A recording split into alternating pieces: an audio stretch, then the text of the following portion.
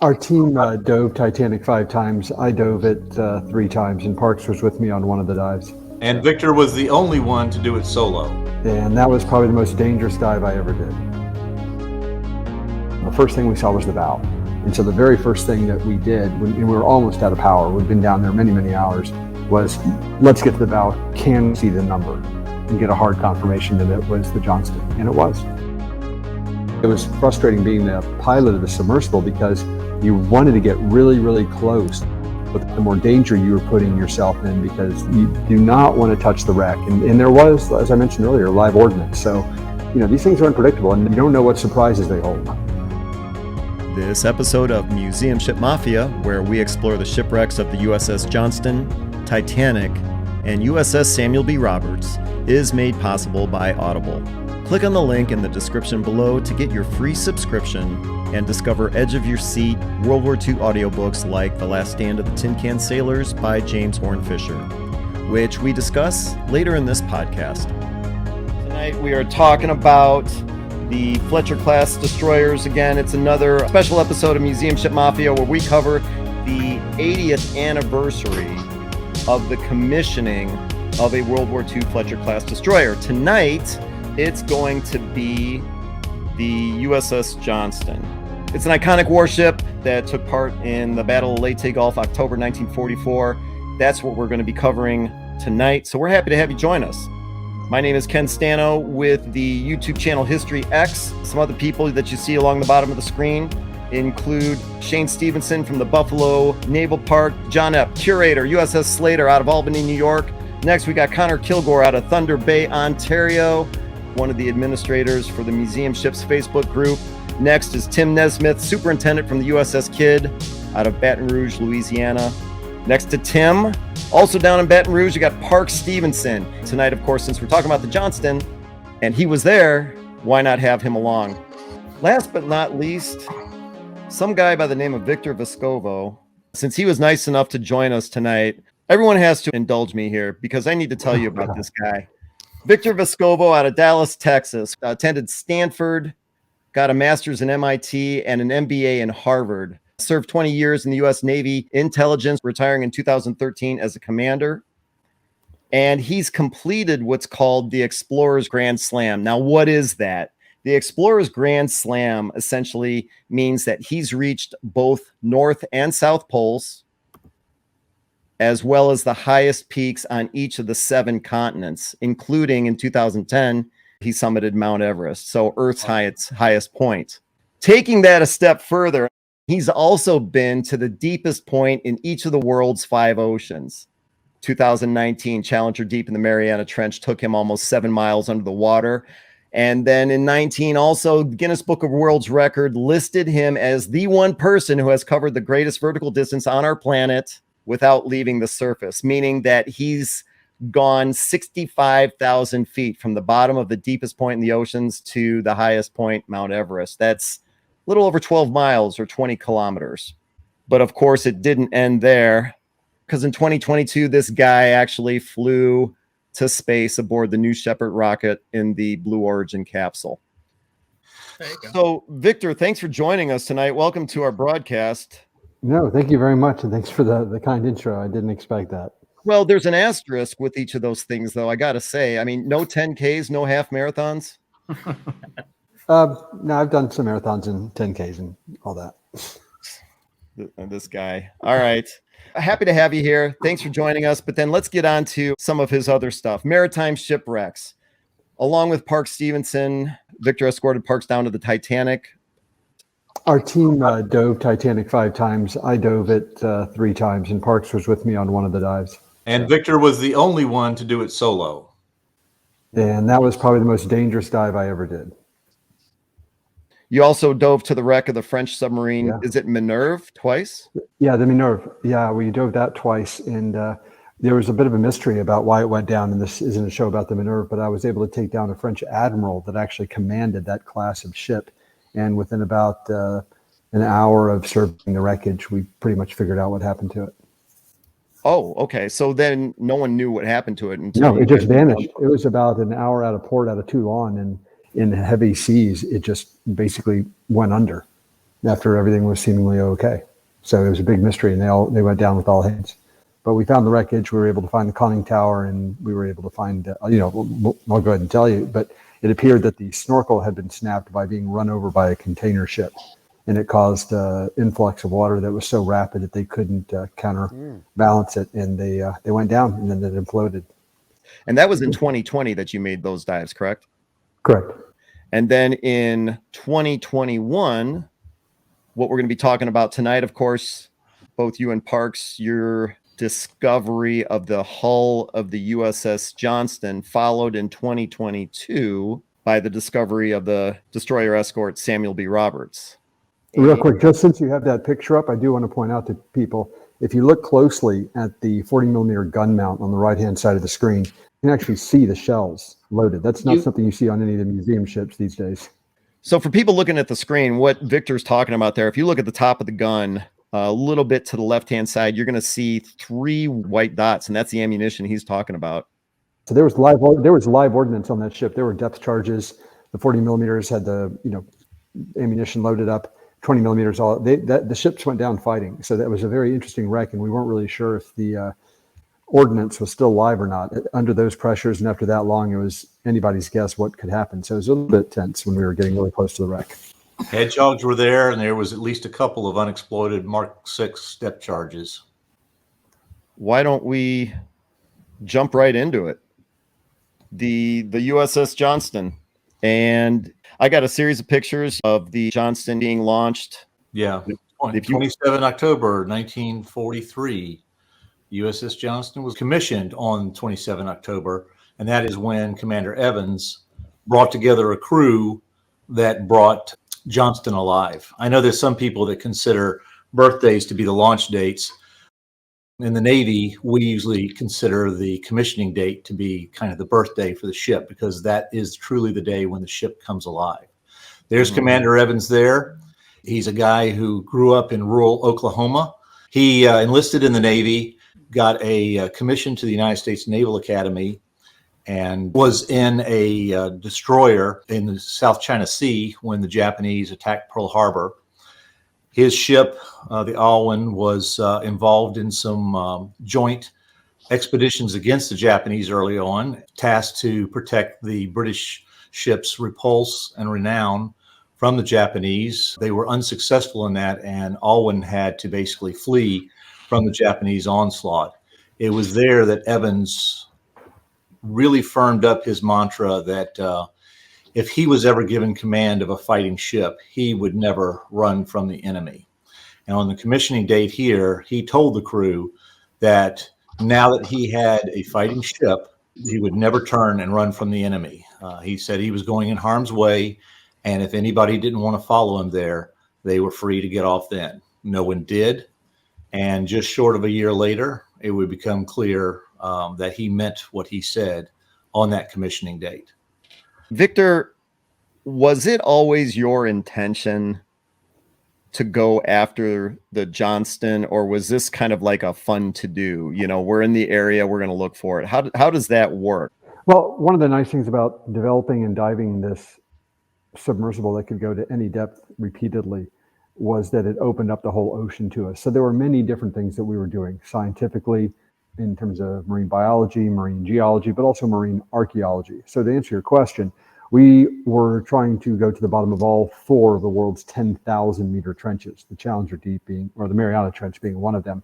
But another one that had never been visited was the Philippine Trench, just to the east of the Philippines. And there's a little over 10,000 meters. So there was a scientific interest.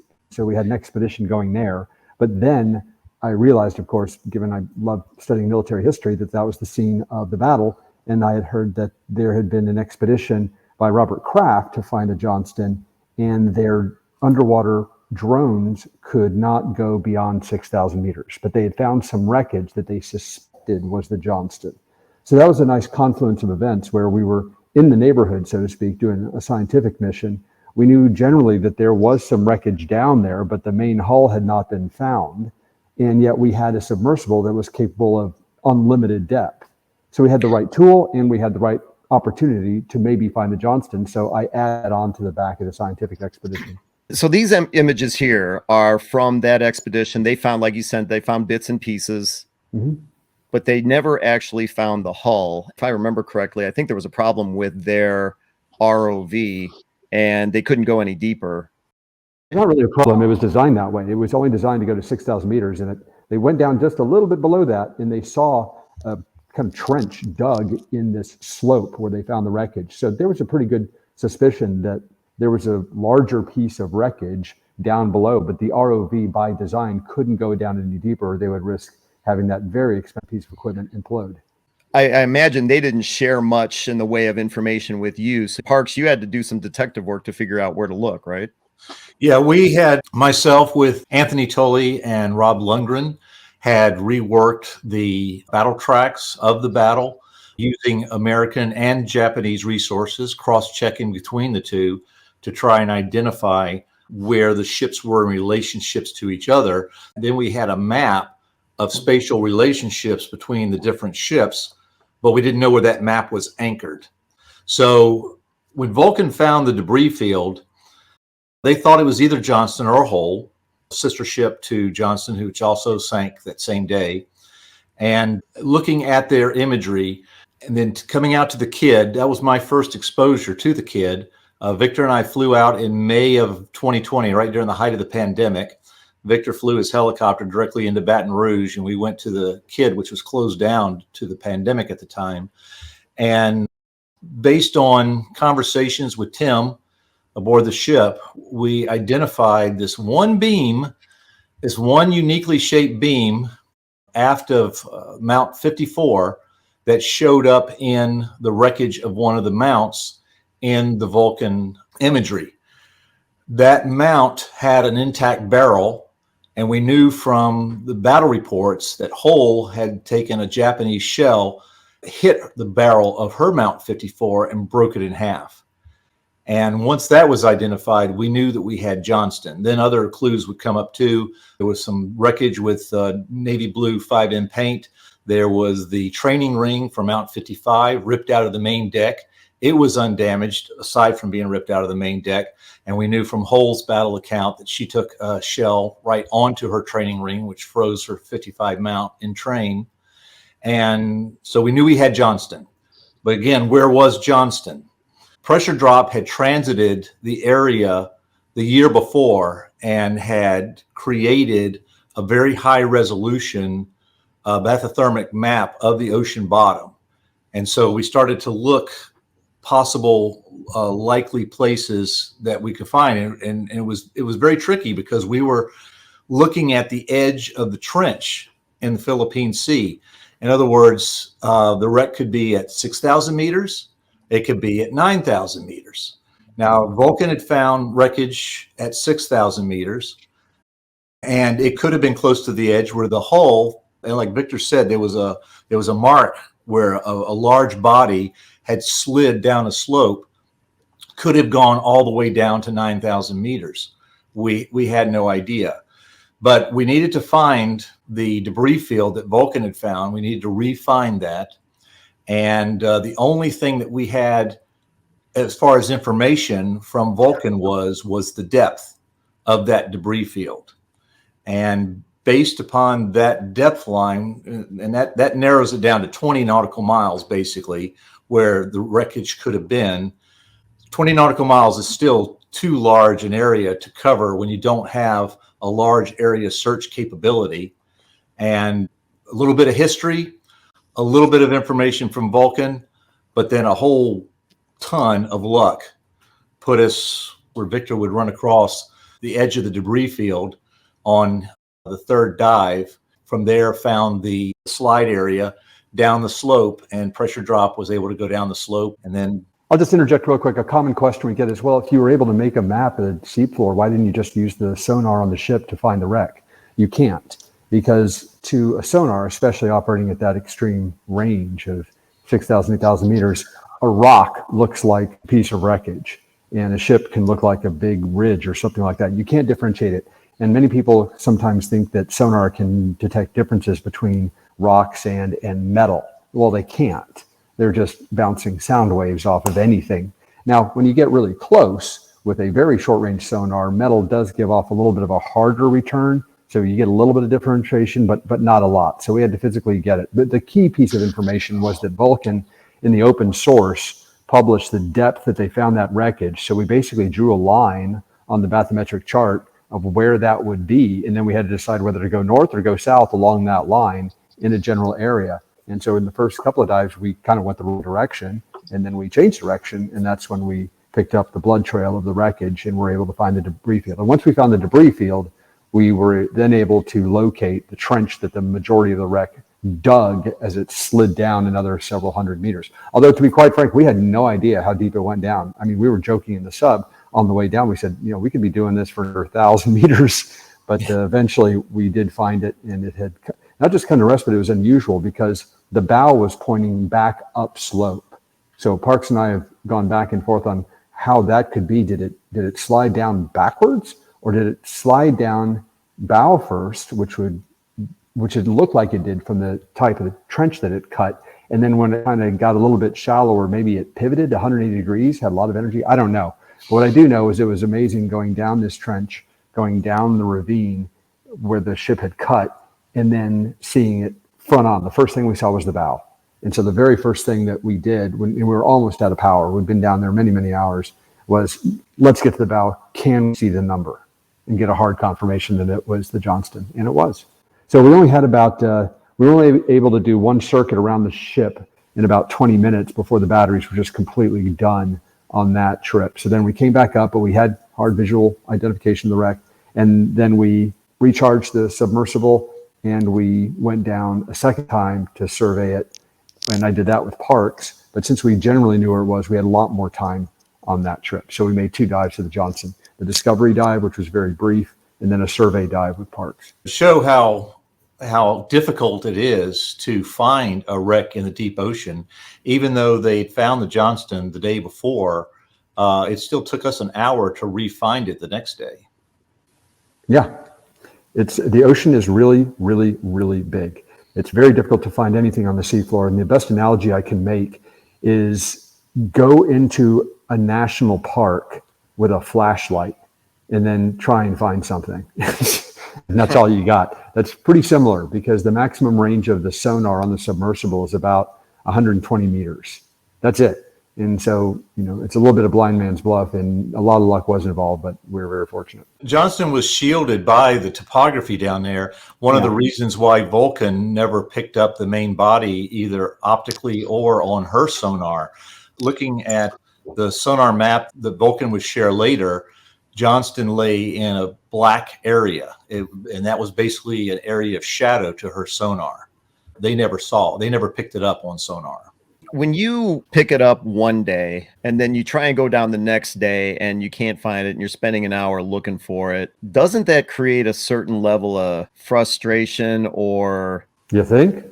Well, no, you just have to be systematic. I mean, at that point, we knew exactly what depth the main wreck was. So we just had to get back to that elevation and then, work the line. But the issue that you have, especially when you're diving down to, that level of depth, 6,000 plus meters, you drift.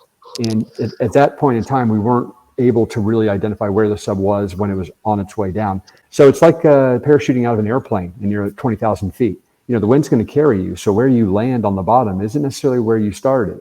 And so then you've got to kind of backtrack and then try and figure out which way is north. As Parks heard me say any number of times on any number of my dives, things can get very confusing down there when you're at the ultra deep levels. This is not like going on scuba where you've got light, where you kind of know where you are. There's not a lot of drift. It took us 2+ hours to descend to that depth. That's a lot of time, and some of those currents are strong. What's it like being in a submersible with Parks? You become a very good listener. Imagine being trapped in a small room with me for 8 hours. Yeah. And are there 2 or 3 people on board? There are 2 people, pilot and a specialist. Just 2 people. Right. It's like sitting in the cockpit of a business jet. It's compact, but it's not uncomfortable. You can't stand up, but you can crouch, and it's reasonably comfortable. It just gets cold. People don't realize that you're in a titanium ball and it's freezing in the deep ocean. It chills it down. And then people say, well, why don't you just put heaters in there. Well, the issue there is that they have to be electric. You're not going to have an open flame, and they're very inefficient. And so that would rob a lot of power from the batteries that you want to use to actually power the thrusters to cover more ground. So you just bundle up, but it does get a little bit cool in there. Do I remember correctly? It's about a 7 or an 8 hour trip. Well, total mission time can be about 8 hours. That's to the Johnston. To the absolute bottom of the ocean, the Challenger Deep, that's about a 12 or 13 hour mission because it takes 4.5 hours to get down, a couple hours on the bottom, and then 4 hours back up. Yeah, it's a long day. And then how long to recharge the batteries so you can do it again? Overnight. Plus other inspections too. You know, when you when you take a vehicle that down the depth, you always want to check it over when it comes back. Did you find any life down there? Any fish, anything like that? Well, there's microscopic life, but what was interesting when you go to Titanic, is about 4,000 meters. There's a lot of life on the ship, a lot of incrustations, because there's still some oxygen at that level. When you get down below past 5,500 meters and definitely below 6,000 meters, most of the oxygen is gone, and so that's when you look at these wrecks. They look almost pristine, like they were when they went down, and it's because there's really no rust because there's no oxygen. And there's no animals because there's no oxygen. And so they're very well preserved. Yeah, there's Titanic encrusted with so-called rusticles that are eating the iron that the ship was made out of. But you don't see that on the Johnston or the Samuel B Roberts because there's no oxygen. The only real corrosion you would see, and I call it corrosion, it may not really be corrosion, was where the ship was damaged or burned during battle before she sank. You see her hull number there is on a strake that was undamaged, and it looks as freshly painted as it was in 1944. Yep. But if we go to a picture like this, well, okay, so here there was damage there. There was fire. You can see the whaleboat davit is sticking into the captain's import cabin. Everything's relatively intact except where it suffered damage during the battle. I mean, you're going to get some organics, but if you compare this to the Titanic, it's night and day. Yeah. When you went to the Titanic, that had been 14 or 15 years after anyone had been down there for a period of time? It was the first manned mission in 15 years. There had been an earlier one that had used robots, but we were the first people to actually be on site down at the wreck in 15 years. And yeah, that was the objective. And we did it with National Geographic and with NOAA, and they wanted to know what the condition of the wreck was. And we did some scientific collection as well. Yeah, I had been on the previous manned mission. And so it was 14 years between the two. And then in 2010 was an extensive mapping expedition just using ROVs. So nobody had seen that wreck in 9 years. Hey, Parks, did you notice any difference in terms of rusticles? You mean between Titanic and Johnston? No, in between. Oh, in between visits. Oh, yes. Yes. It's a continual degradation on that wreck. And actually, we talk about corrosion and we talk about the rusticles. I actually think that a lot of the damage on Titanic is more due to erosion. She's at a confluence of the Gulf Stream and the Labrador Current, and the currents can be very strong at times. If you look at the pattern of damage to the Titanic wreck, the port side, which is primarily facing against the force of the current, is a lot more damaged than the starboard side. Starboard side is a little bit more sheltered. The steel and the deck houses have been over time worn down to where they're paper thin. And I remember lifting off the wreck in 2005 and going past a portion of the grand staircase overhead that had been 3/8 inch steel, I believe, but it was fluttering like gauze in the current. It had become that thin. And that's where you start to see this progressive collapse in the lighter steel of the deck houses. But you don't see anything like that down in this environment on Johnston or Sammy B. Yeah, that comment, Parks, about the current, that relates back to the comment I made earlier about the Titanic being the most dangerous dive I ever did. It was because the currents of Titanic could be so strong. On the solo dive that I did, it was about almost a knot to a knot and a half current. And the reason why that's important is that that's also the maximum speed of the submersible. So at times, just to hold position, I was at maximum power. And if the current ever moved in an odd way, which it does a lot around Titanic because of all the structures, it can push you into the wreck. And the number one danger that you have when you're diving a wreck is entanglement from the cables, whether they're steel or even rope. because you can't go out and untangle yourself. And if you get entangled in a wreck, it's a really, really bad day. So that's why the Titanic wreck, especially being solo, which I probably not the best idea I ever had. You have to have your eyes inside the submarine looking at the sonar and looking at your instruments to make sure everything's okay. But you also really need to be looking outside. And so you're constantly switching your gaze between inside and outside, and you might miss something. So that was a pretty nerve-wracking dive. Why on earth do a solo dive? Well, no one had ever done it. And I get asked a lot, why would, because I dove the submarine quite a bit solo in the early days. One, I was being a test pilot. I didn't want to risk a passenger, and I could take risks with the submersible when we were perfecting it that I would take, but I would never take when I had someone else in the sub. And honestly, I wanted to go down Titanic because no one had done it. And I get a lot of satisfaction just by having me, my machine, and then, a wreck or something historical or even a trench. I like to climb mountains solo as well. That's just part of it. So It's a personal thing. And it was a really special experience to be down at the Titanic, just me in my sub with the wreck, no one else. It was intense. When you built the submersible, or when you had the idea of building it, was it to look for shipwrecks? No. Or was it to get to the bottom of the 5 oceans? It was primarily designed as a technological demonstrator.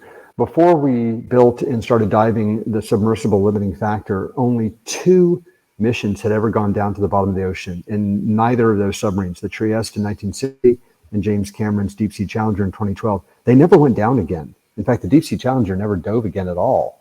So it was a big deal technologically to build a vessel that could repeatedly go down to the bottom of the ocean, which basically means you can go anywhere on the seafloor, but also make it very reliable where you could dive it every other day. That just hadn't existed before. So it was really a technology demonstrator that we also packed in a lot of scientific capability because it was meant to be a scientific tool. It was not designed as a wreck finder, although it's so capable that was just something that we were able to do. And given that I'm a big fan of military history and I'm a former naval officer, those missions came later saying, hey, that would be another thing to show the capabilities of this system. We can find deep ocean shipwrecks. Not to denigrate limiting factor in any way, but she's not the ideal shipwreck analysis machine. She was obviously designed to go to the deepest part of the oceans, and her viewports are set up that way. Everything about her is set up that way. It was a little bit of a challenge to view and analyze a shipwreck from limiting factor, but then again, it was the only vehicle in the world, the only vehicle available that could allow a manned mission down that deep. So you make do with what you have. The next generation of submersibles, if I can say, Victor, are going to accommodate shipwreck exploration and search a little bit better. Well, yeah, I'm trying to design the next generation submersible that'll be even more capable than the limiting factor. And we learned so much in deploying that one for 4 straight years that yes, there would be enhancements to the submersible that would make it a much, much more capable wreck finding and wreck surveying device, along with being able to do even more science with better cameras, with wider sonar, longer range sonar, all sorts of things that we can do to improve it. But other people ask, why don't people just use ROVs to go down and look for these wrecks? They're cheaper. And well, the issue is they can't go that deep because they have to have a cable attached to them for communication and power. That's a long cable. We're talking like 4 or 5 miles, and it now becomes a really expensive piece of kit. So there are actually technical limitations to having ROVs go down below 6,000 meters. Well, then people say, why not just use, AI or autonomous machines to go down and survey these wrecks? Well, when you're going down and you want to get up close to get really good pictures of a wreck, machines aren't really good at that. Humans are. We're really good at dynamically assessing a situation and not running into it or getting blown up by some of the munitions on board. So there are missions that are best suited to a human occupied vehicle, and diving these really deep wrecks, it happens to be one of them. One of the questions that I had when Parks had been on with us before, it seemed like this was the end of the discoveries when it came to the Samuel B. Roberts. The Gambier Bay still hadn't been discovered. And my question was, well, is anyone going to be looking for these? And Parks' answer was, well, no, because pressure drop wasn't operating, and I think you were thinking about selling it at the time, there wasn't another vessel out there that could do it. But then you just said a few moments ago that you're working on the next generation. Yeah, that'll take about 3 or 4 years to design and build a next generation submersible. That's how long it took to do the first one. But I see this question come up, and there were really only two people really passionate about finding deep ocean shipwrecks, particularly military ones, and that was the former founder of Microsoft, Vulcan, and he passed away. So that, Paul Allen. yeah. Oh, yeah, Paul Allen, right. Yeah, Paul Allen. So he passed, and that funding went away. Look, what people need to understand, it is extremely expensive to operate deep ocean research vessels. And so I did this all on my own. There was no funding for it. I didn't partner with Discovery Channel or National Geographic or someone because has its own issues. So I just funded it. And now that I've sold the system and gotten a lot of my capital back so I can keep doing the technological development, which is really the primary motivation that I have for doing marine activities, is to push the technology forward, I don't know that there's anyone out there that's willing to fund it. And it's really, really expensive. Forbes mentioned in an article that the submersible itself was 30 million. Is that accurate? More. No, it's more. And then Forbes mentioned also that the support vessel here, let me pull it up here, pressure drop was 20 million. Yeah, that's about right. But the real kicker is the operating cost. Ships are operated 24/7, 365. And that meter, it's like being in the world's most expensive taxi, and that meter never stops. So that's really the killer. And we were running it hard for 4 years, doing all these scientific missions all around the world. It can get pretty expensive pretty darn fast. When you go down there the next day, you can't find it for an hour or so. Is that in the back of your mind, thinking it's like we're just wasting battery, we're wasting dollars, we're wasting people's time? No, you got to be patient. I was a hardcore mountain climber for 25 years, and to be patient. You're going to have bad weather days. You're going to have things go wrong. It's part of exploration. And if you're not a patient person, you should not be involved in exploration. You're going to have dry holes. You're not going to have permits agreed to. You're not going to have something work on a good day. We actually went to Titanic twice. The first time Parks and I went out to Titanic, we didn't even dive because a hurricane came up and prevented us from ever deploying the submarine. So we had to come back 2 years later. So you just have to take it in stride. I always get asked about, especially about Titanic, what are you thinking about when you're down there? Isn't it just amazing to be there? And you're asking, well, what do you think when you're not finding it? Are you worried and stuff like this? When you're in a dive like that, you are totally focused on the mission. I'm the data acquisition guy. I've got my eyes out the whole time. Emotion doesn't come into play during that time. When we were down there for an hour looking for Johnston, we were looking for Johnston. We had no thought about, oh my gosh, where are we going to find it? The only thought was, what route do we take next to find it? You're just thinking about getting to the wreck. You're not worried about all that stuff. All that stuff comes later. But the whole time that you're down there, you are focused on why you're down there. Otherwise, it's a waste of time. Well, then let's go through these photos. These are photos, images that you provided to me. It's funny that you show the bow of Johnston on the right there. I was showing the ship to a guy today, and I walked up on the bow with him, and I was telling him about the ship. And walking up on the bow, I said, well, this is just your typical bow, but I swear every time I walk up on the bow of Kidd, I always think of I'm hovering just up there looking down on this. That's what bow of Kidd means to me, is this picture that I took down the bottom viewport, and the limiting factor looks straight down onto the bow of Johnston, and they're identical. So it's a little surreal. Every day that I walk the decks of the Kidd, I'm also walking the decks of Johnston as well. There's the forward two mounts, Mount 51 and 52. The numbers, first 5 indicates it's 5-inch gun, and then they're numbered 1, 2, 3, 4, 5 on the way back as the Fletchers were set up. Johnston's mounts are pointed to starboard. They were taken out about an hour before the ship went down. That picture right there, if you look at the side of Mount 52, you will see a hole. That is where a shell went into the mount and just about killed everybody in there, went out the back side of the mount and exploded. 40 millimeter mount, that's the forward starboard 40 millimeter mount. And because it's a 40 millimeter, it starts with a 4. So that's Mount 41. Ammunition lockers below the 5-inch mount are all burned out. There was a huge fire in that area, and late in the battle, that fire would drive Commander Evans from the bridge, and that's when he would go back aft and stand over a scuttle leading down to the aft steering room, giving steering commands to the ship from back aft.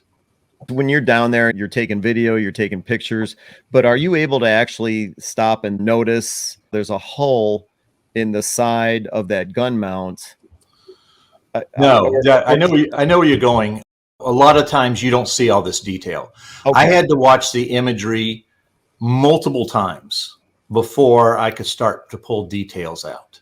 You try to get as much as you can when you're down there, but you can't see everything all at once. Well, you see the big stuff. Like one of the first things I was curious were the torpedo tubes on the Johnston, and they were all empty. So when people said they shot all their torpedoes, yes, they did, because they were indeed empty.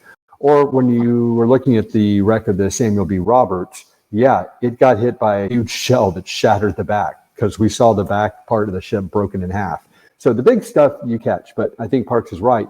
You go over this imagery that the sub takes over and over and again, and you start noticing little details. And that's why it was frustrating being the pilot of the submersible, because you wanted to get really, really close to get detail, but the closer you got, the more danger you were putting yourself in, because there was the risk of a sudden current kind of pushing you into the wreck. You do not want to touch the wreck. And there was, as I mentioned earlier, live ordnance. So, these things are unpredictable, and no one had ever been there before. So you don't know what surprises they hold.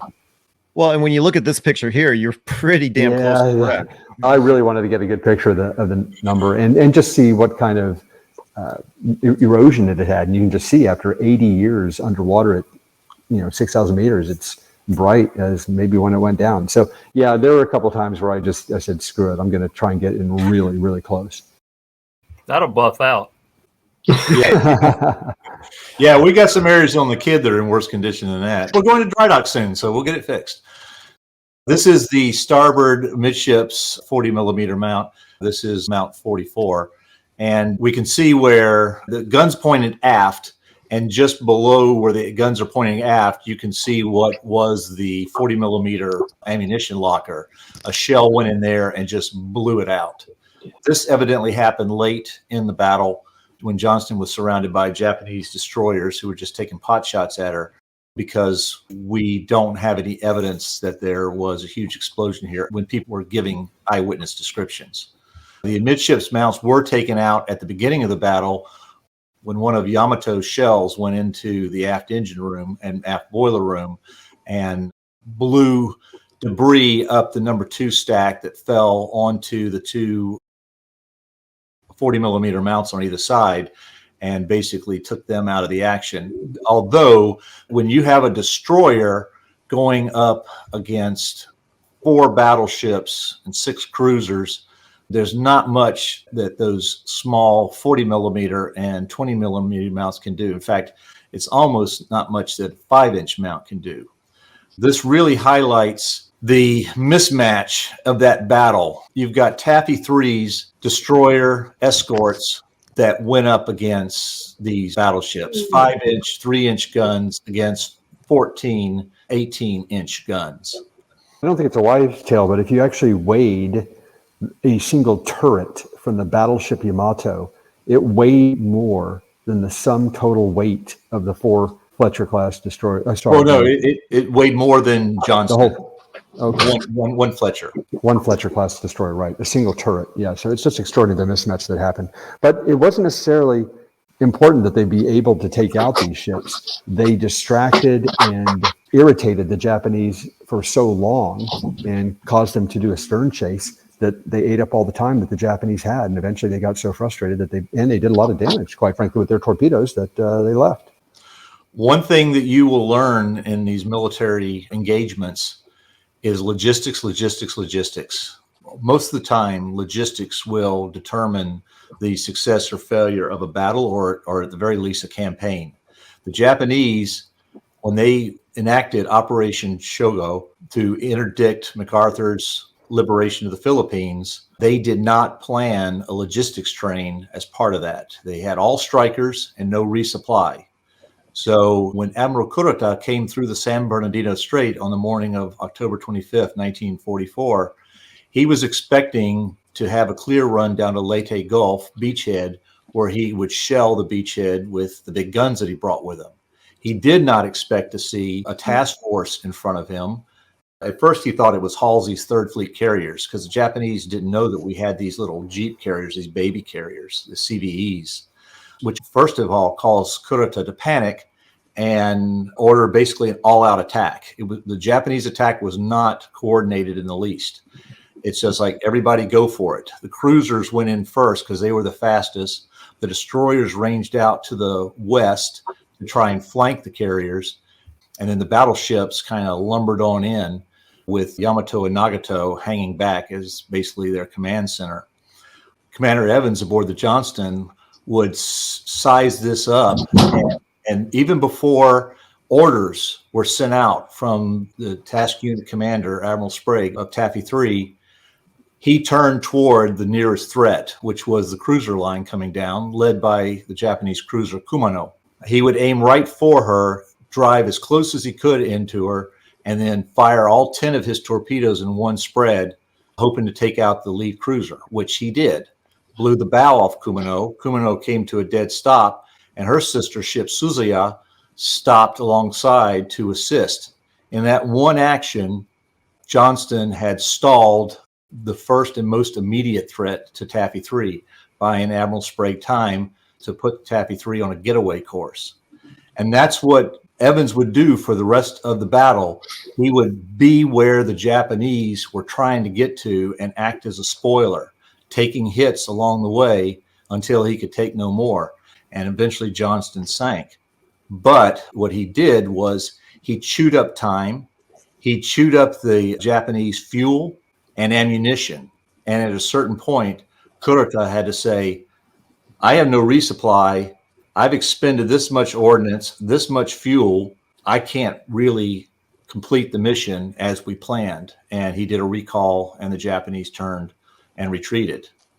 So, like Victor said, the Fletcher-class destroyer against a bevy of battleships and cruisers and destroyers can't slug it out gun for gun, but Evans beat the Japanese by eating up their time and their logistics. When you talk about the Titanic, everyone talks about the shoes, the pairs of shoes that are left behind. You know, there's all kinds of evidence of the passengers and crew. What evidence did you guys find or notice that you can share about the crew on the Johnston? Nothing.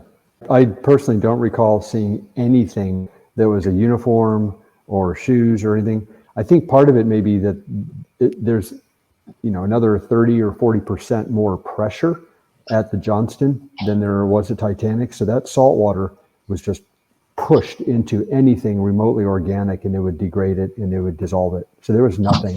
Yeah, and just like Titanic, there are no bodies there, and but I didn't even see any clothes there. Did you, Parks?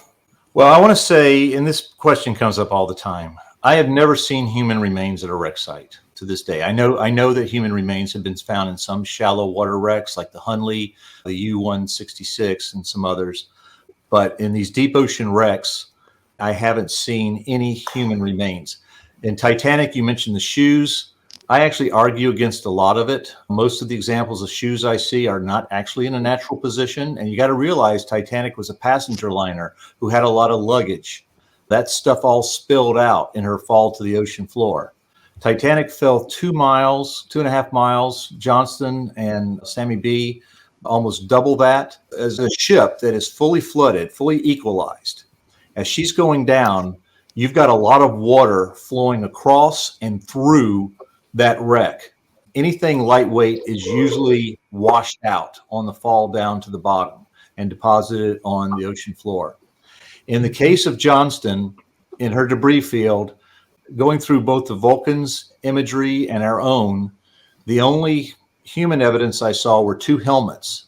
Now, I cannot say that they were attached to a body because helmets were mounted around the ship. There were helmet bales around the gun mounts. Who knows where the helmet came from? It's just another piece of debris from the ship.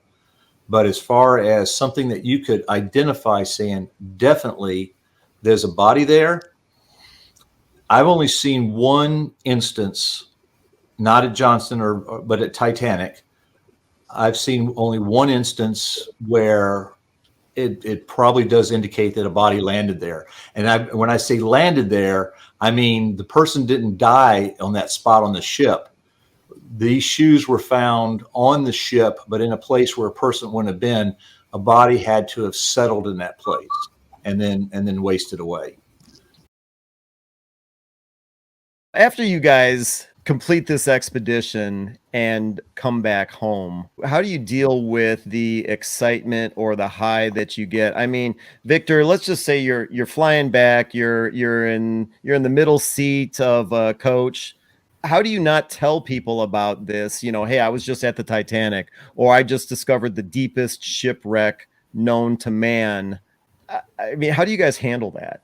Well, I mean, when we discovered the Johnston and then the Samuel B Roberts or any other major discovery, including scientific ones, we could actually broadcast from the ship. We were able to get media material out, and it was widely covered. In fact, the largest number of views that we had on our YouTube channel, Caladan Oceanic, was from finding the Johnston and the Samuel B Roberts. So we got it out there. But the other part of your question is like, how do we personally deal with it? I think I just got to take it in stride. I mean, people usually don't believe me, but I don't do this to be famous or to go, oh, look what I did kind of thing. I do it because I really believe and enjoy executing the missions and pushing this technology that we did. Now before we started diving this vessel, there had been 2 trips to the bottom of Challenger Deep and only 3 people had ever been there.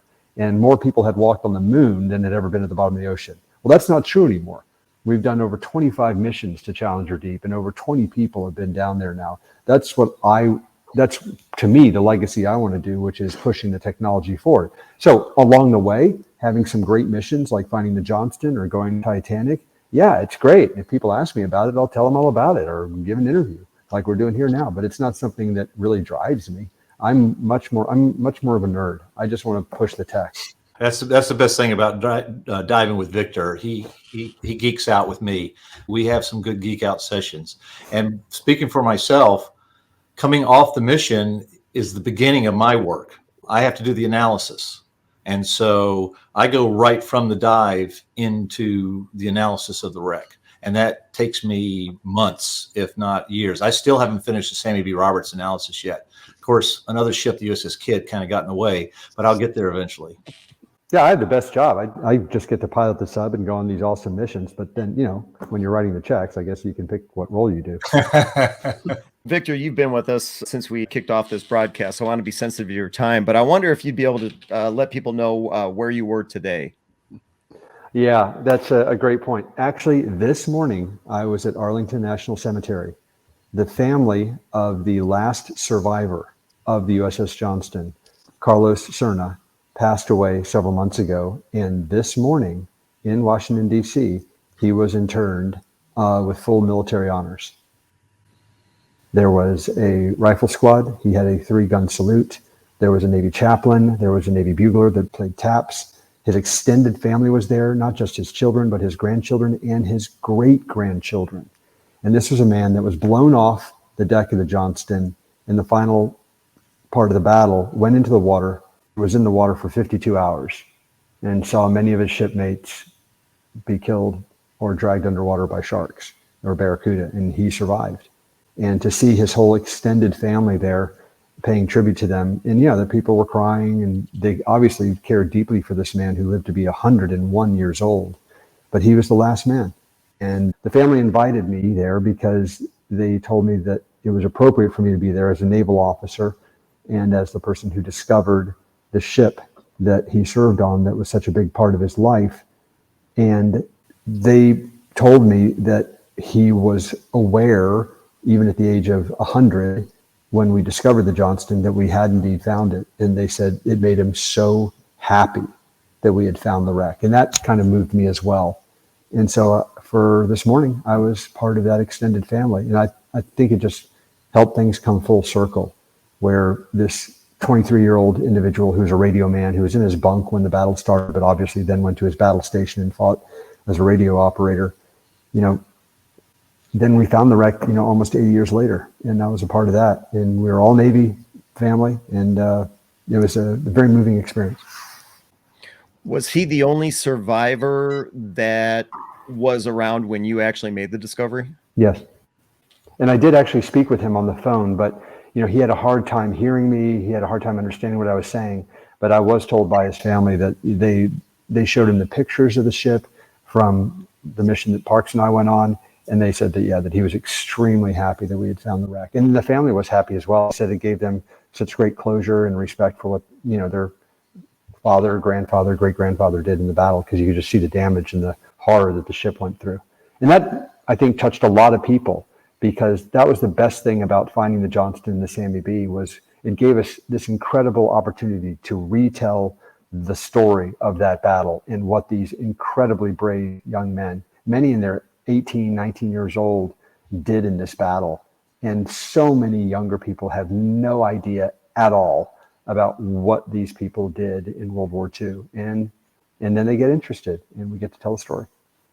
And I'll add to that immediately after we found the wreck in March of 2021, took the imagery and sent it to Jim Hornfischer, who had written the book, the seminal book, Last Stand of the Tin Can Sailors, which is, must read for every destroyer enthusiast. And Jim was in the terminal stages of brain cancer at that point, but he got to see the images of Johnston before he passed. And his son said how important that was to him. And even though he wasn't crew, he's part of this history. If anyone isn't aware, there's an incredible book called The Last Stand of the Tin Can Sailors, like Parks said. James Hornfischer, who passed away, I want to say 3 years ago. It was in 2021. Okay. All right. So 2 years. I mean, not long. Fantastic author. It's a fantastic book. If you get the chance to check it out, if you find this type of thing fascinating, it's definitely, as Parks mentioned, a must read. It's a great book. So definitely check it out. Victor, so before we let you go and talk behind your back, what is, yeah, oh, we will. What is next for you? You said it takes 2, 3, 4 years for your next submersible design to come along. I can't imagine someone like you is sitting on your hands right now. No, that's not going to happen. Well, it took 4 years to design and build the limiting factor, and then we dove it intensively through COVID for 4 years. So that was an 8-year mission that was incredibly intense. I do have a day job. I'm a private investor in industrial private equity. I also do venture capital. So I'm kind of focusing on that. I just started my own investment office in the last 6 months. So, going back to make some money so I can fund all these different hobbies. And one of those is involving, really high-end venture capital. I'm now CEO of a biotechnology company. We're trying to cure some incurable diseases using artificial viruses. I'm also an investor and on the board of advisors of Colossal Biosciences. We are trying to de-extinct species that have passed away from the earth. And we're hoping to birth our first animal next year, which is probably going to break the internet when we announce that. And so I'm doing a lot of technology things. And in the background, I am indeed wrestling with all the trade-offs involved in submersible design to try and make it more affordable, but also more capable, just as safe, and all those other things. But, I still fly a great deal. I'm pursuing some technology initiatives in aviation. So, yeah, I'm keeping busy. By the way, of most interest to this group and the extended group that would be watching this is I am in the background, along with Parks and others, I am doing long-range planning. Okay, if I am able to build another submersible and get back out in the ocean, what is my top 10 list for wrecks that we would go after? I absolutely want to find the hole in the Gambier Bay.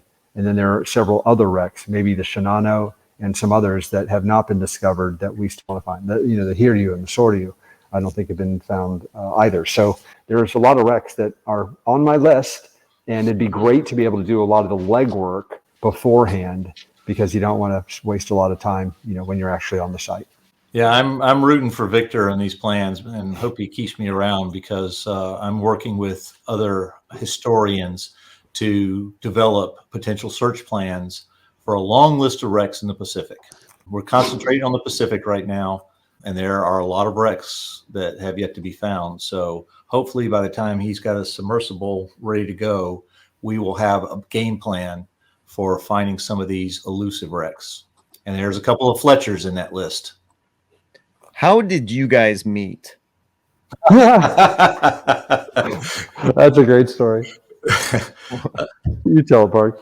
Well, overall, in my Titanic dives, I knew a guy named Rob McCallum who organizes charters of various explorations, and I worked with him on Titanic. When Victor decided, and this is the thing that always blew my mind, originally Titanic was meant to be kind of a test dive for limiting factor because it was considered a shallow wreck. For someone who's always thought of Titanic as being really deep, to Victor and his team, it was a relatively shallow wreck. And so I guess Victor was looking for a guide to Titanic, and he contacted Rob, and Rob put my name in front of him.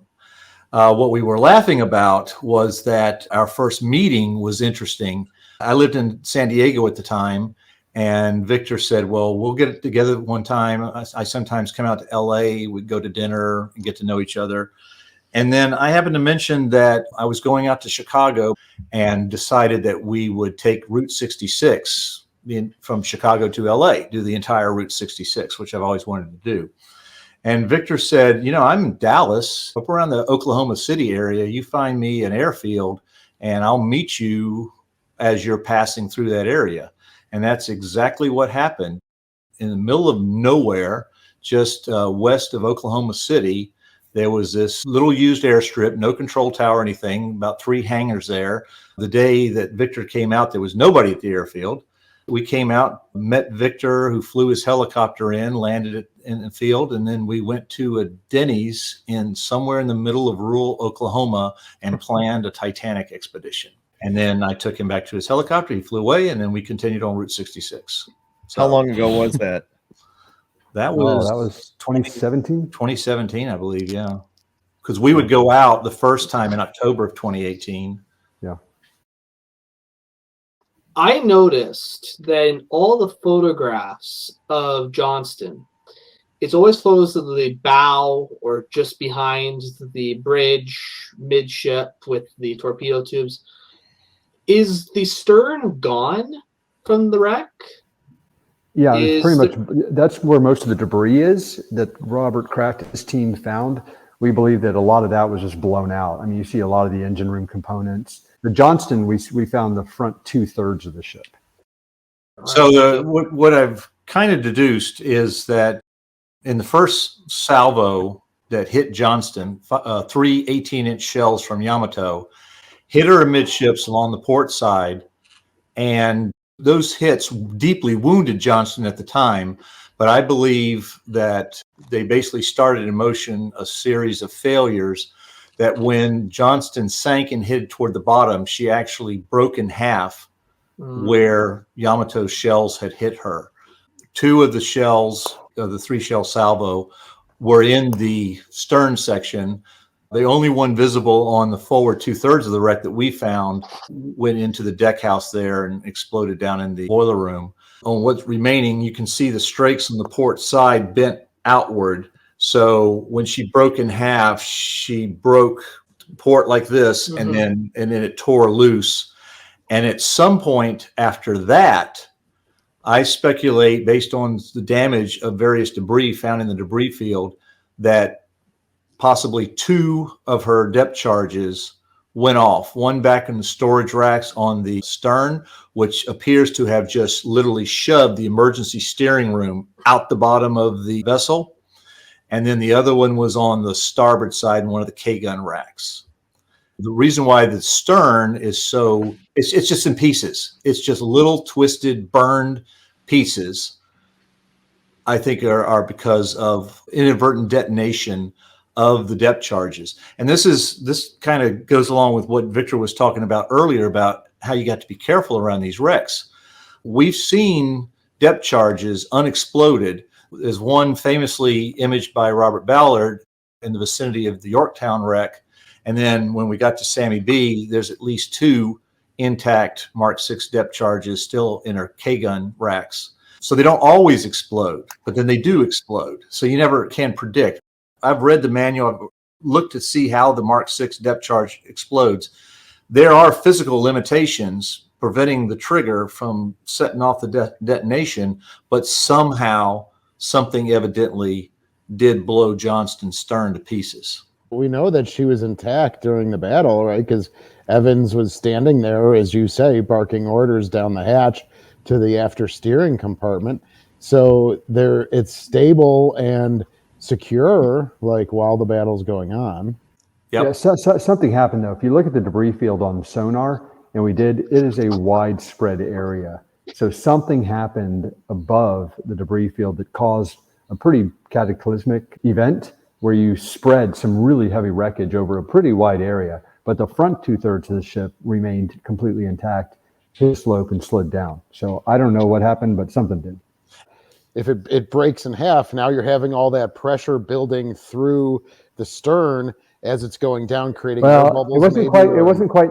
We keep saying it broke in half. It didn't break in half. It broke in the back third broke off. So 2/3 of the ship were still intact. So there was a much smaller piece. So maybe it was like the Titanic stern where the back third got separated and then it was just spinning, throwing debris randomly like the back of the Titanic did.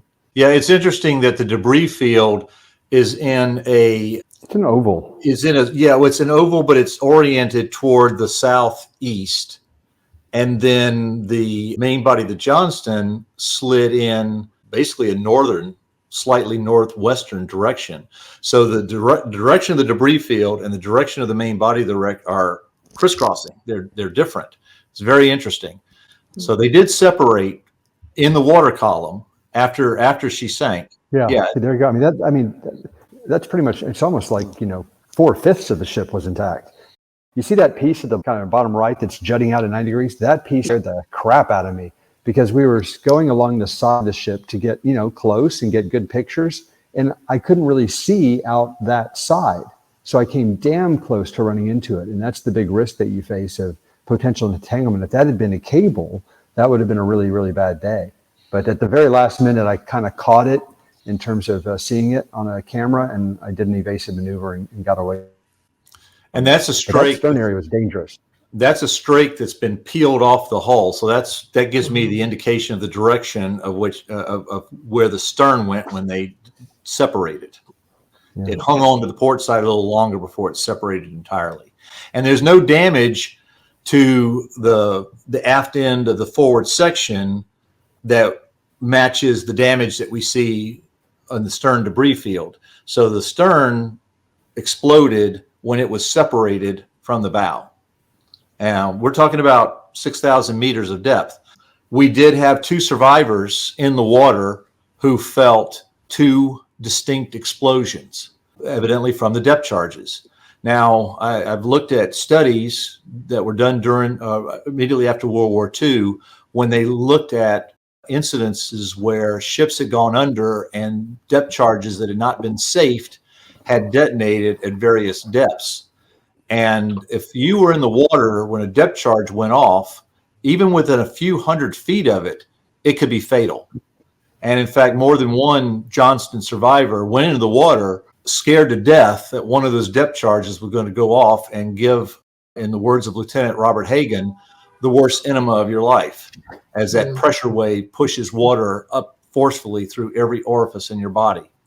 But these 2 explosions that were felt by more than one eyewitness described them, they were distant, and at worst, they felt a rumble in their belly, and that was it. So that indicated that they were thousands of feet or meters away from them in the water. So that's about the only timeline I can put on when the stern exploded.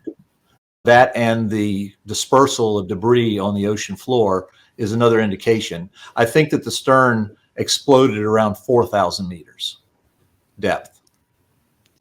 Sammy B. Johnson's great and all, but Sammy B. The damage on the stern of the Sammy B, have you determined possibly what that was? Oh, I'm convinced just by looking at it that it got nailed by a big battleship shell. What's amazing about the Sammy B is that he held together.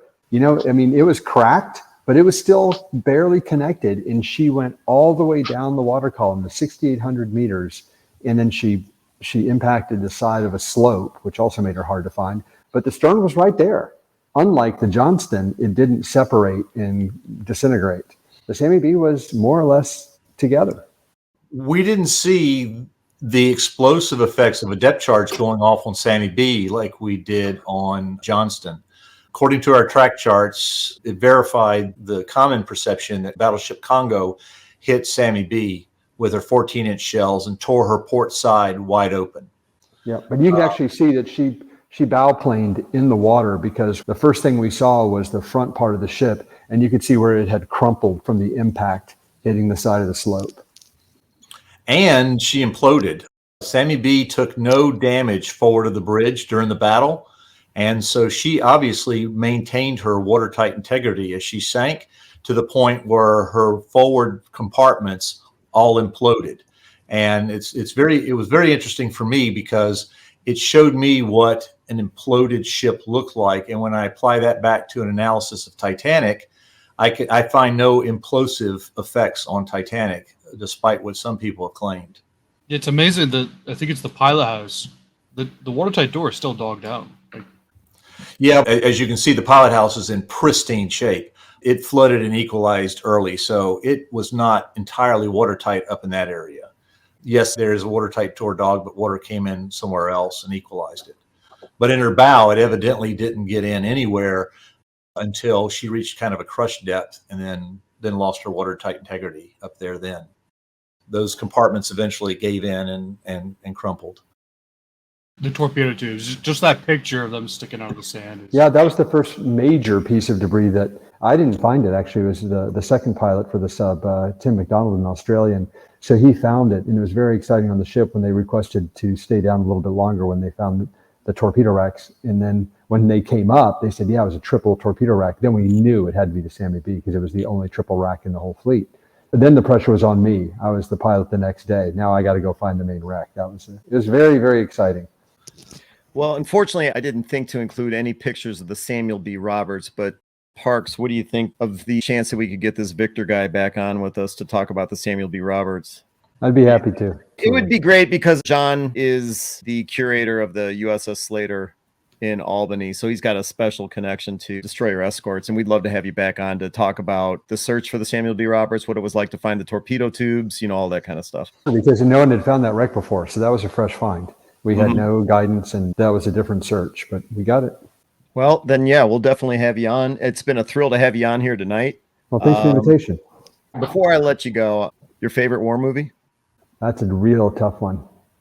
Probably Das Boot. Yeah, that's a good one. Especially, come on, Submarine. Yeah. All right.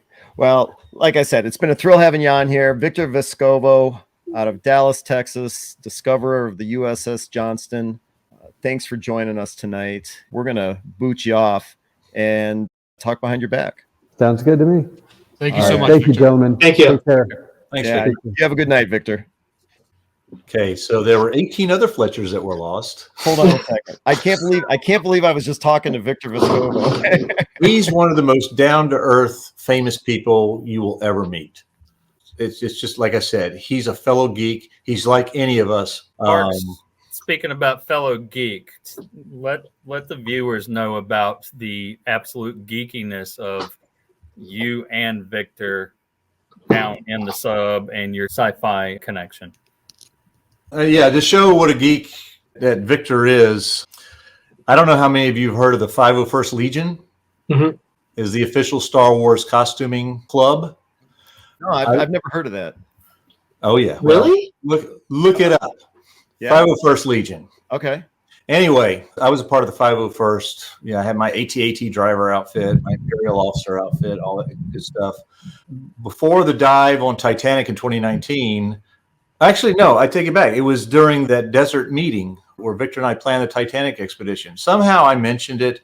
I don't know why. And Victor goes, oh, yeah, I'm a Mandalorian. Yep. And, whoa. And so in 2019, 2 501st Legion members dived to the wreck of Titanic. And the 501st Legion didn't care one bit. It's because you weren't in costume. Yeah, I took their challenge coin down, and, imaged it at the Titanic wreck, sent it to them. They couldn't care less. That's a little bit of a buzzkill when you're a geek, when your organization just ignores you like that. And I've let my 501st Legion membership lapse.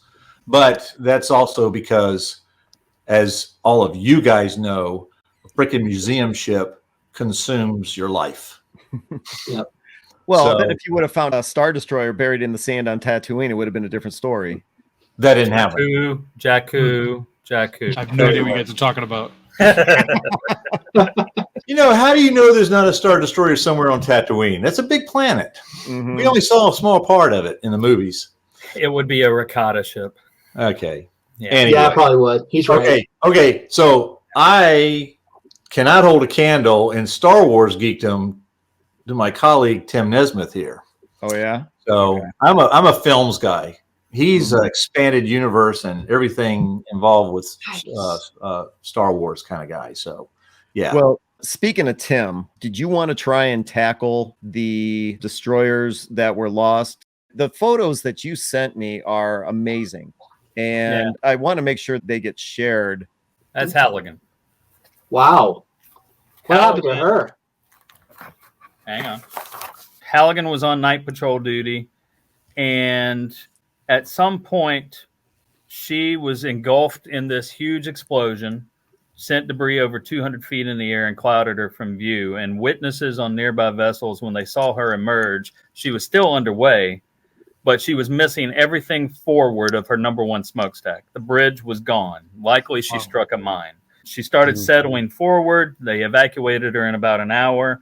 And when all the rescue ships left with the crew, and I think there's a photo showing them a little bit later, they were thinking she was gone.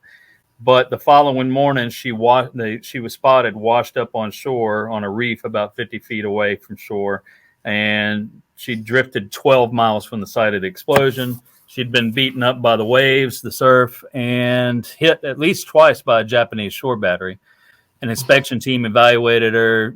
Only about 15% of the equipment was salvageable. And there she remained until after the war. And then she was donated to the government of the Ryukyu Islands for scrap. Is this picture also the Halligan here? That's the Halligan, yeah. And I think the one message that we'd like to cover here today when we talk about the lost Fletchers is how tough these ships were. Yes, 19 were lost. We've got some even more amazing pictures of torn up Fletchers that were not lost, that made it back. Out of the 19 Fletchers, I was asking Tim the number before we signed on, how many were lost to kamikaze attacks? A good half of them, 10 out of 19, were lost to kamikaze attacks, which highlights one of the Fletcher's biggest threats, especially toward the end of the war. When you talk about the Okinawa campaign and preparations for the invasion of Japan. Kid took a kamikaze, and she made it back into port and was fixed up, and she still survives today. Spence was lost in a typhoon along with the Hull and the Monaghan. But as Tim picks some of these examples up, I just want to point out what it takes to take out a Fletcher. It takes a lot. And a perfect example of that is the Bush and the Colquhoun talking about kamikazes. On April 6th, Bush gets into trouble, has aircraft coming in at her, and takes a hit. Ultimately, she ended up taking 3 hits by aircraft and bombs.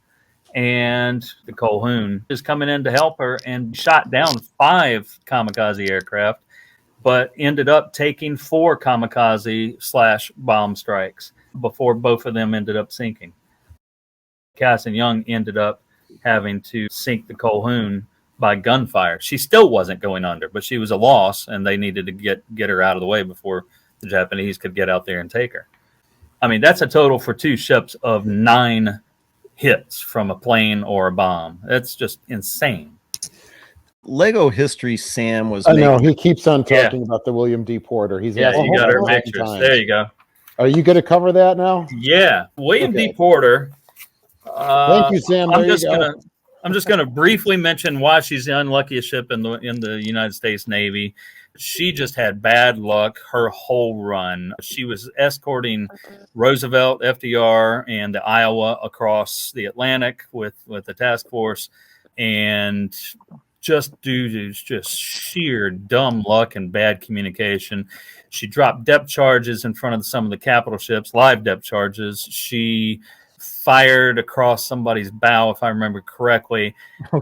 She ends up firing live torpedoes toward the Iowa, and they're under radio silence, and they finally have to break radio silence out in the middle of the Atlantic U-boat territory and say, live fish headed your way. And Iowa turns away and avoids it. But at the same time that's happening, Iowa's turrets, imagine these big 16-inch turrets, all the 5-inch turrets, 40s, everything turning on this little bitty small boy, because the president's on board. Is there a fifth column on this ship? What's going on?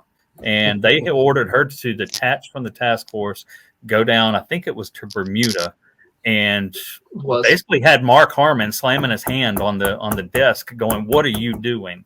And pretty much discovered they just had bad communication with each other.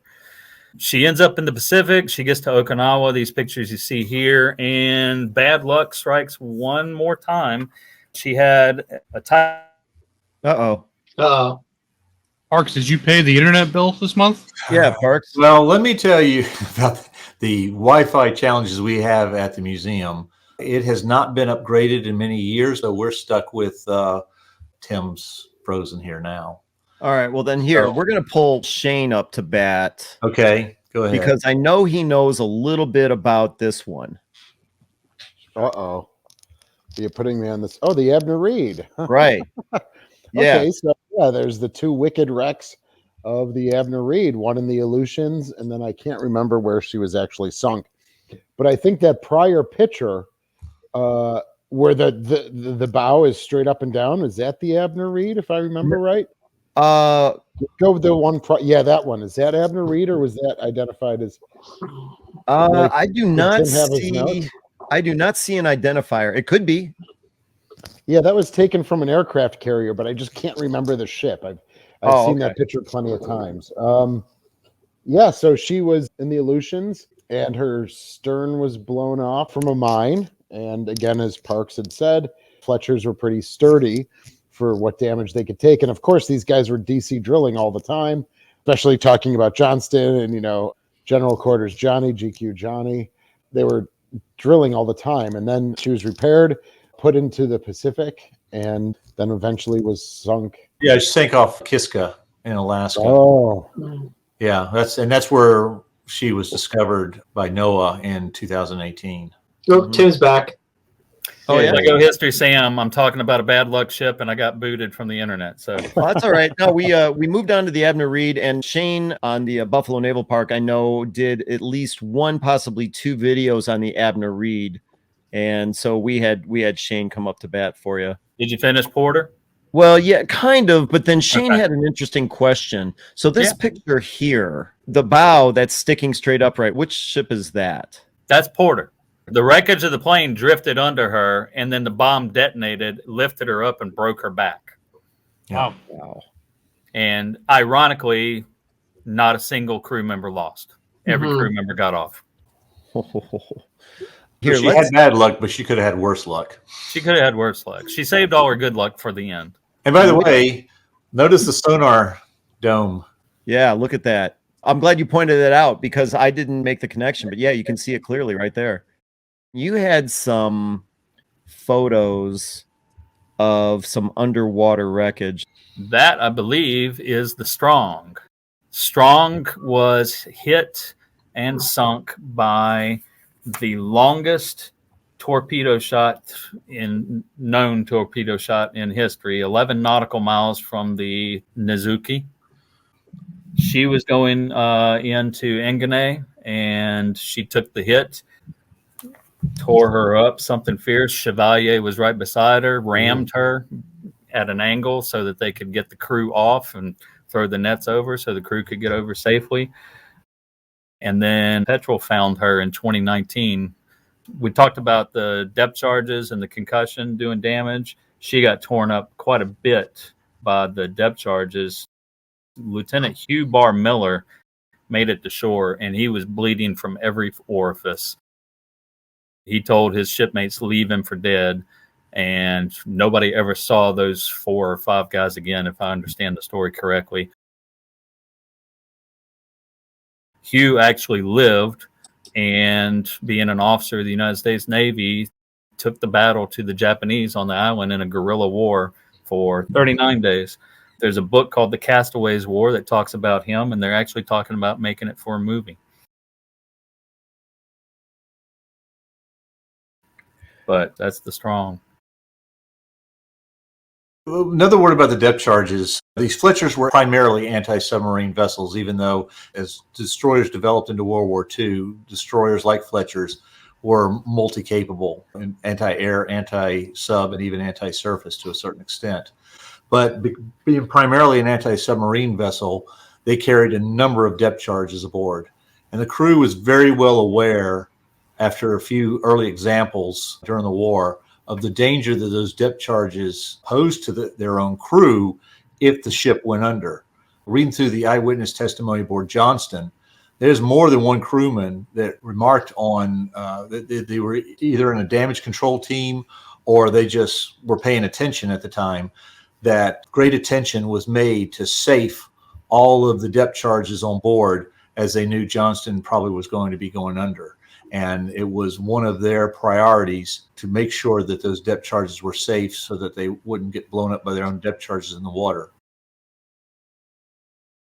For Johnston, they jettisoned all of the depth charges in the racks. And this is while Johnston's being pounded on by other surface ships. There's guys back there on the fantail releasing the depth charges. And one of the depth charge racks got stuck, and they had to have a few men work on freeing up that depth charge so the rest of the track could be cleared. But they couldn't do anything with the depth charges in the storage racks on the fantail or in the K-guns. I don't have any indication that if there were depth charges actually loaded into the K-gun that they were fired. My suspicion is that there were none. Well, no, I take that back. If General Cordes, she would have had them. So I don't know the condition of the K-gun ones, but on Samuel B Roberts, we would see depth charges still stuck in those K-gun racks. I just wanted to bring that up about depth charges. That was one of the Fletcher's most potent offensive weapons, but it also was the most dangerous weapon when the ship started to go down. Wasn't the guy's name that gave the testimony for that, wasn't his last name Hagen? Lieutenant Robert Hagen was the ship's gunnery officer, and he was also the senior surviving officer. So he wrote the after action report for Johnston. He was up in the gun director as the gunnery officer. He was in the Mark 37 gun director that sits on top of the pilot house. And that gun director directs the fire of the five 5-inch guns on the Fletcher, either in all guns mode or in local control. So he obviously could not see everything that was going on the ship. I imagine his discussion about the depth charges, even though as a gunnery officer, they were under his purview, he evidently interviewed other survivors of Johnston in order to bring it together in the after action report. Is this also of the Strong? No, this is different. That's the De Haven. That was the very first Fletcher sunk. It almost looks like the Kid at night. We're not that corroded on the bottom. Yeah, the struts are clearly visible there. Yeah, the shaft. Yeah. Let's pull up this photo here. Would this also be the Strong? That, I believe, is the Strong.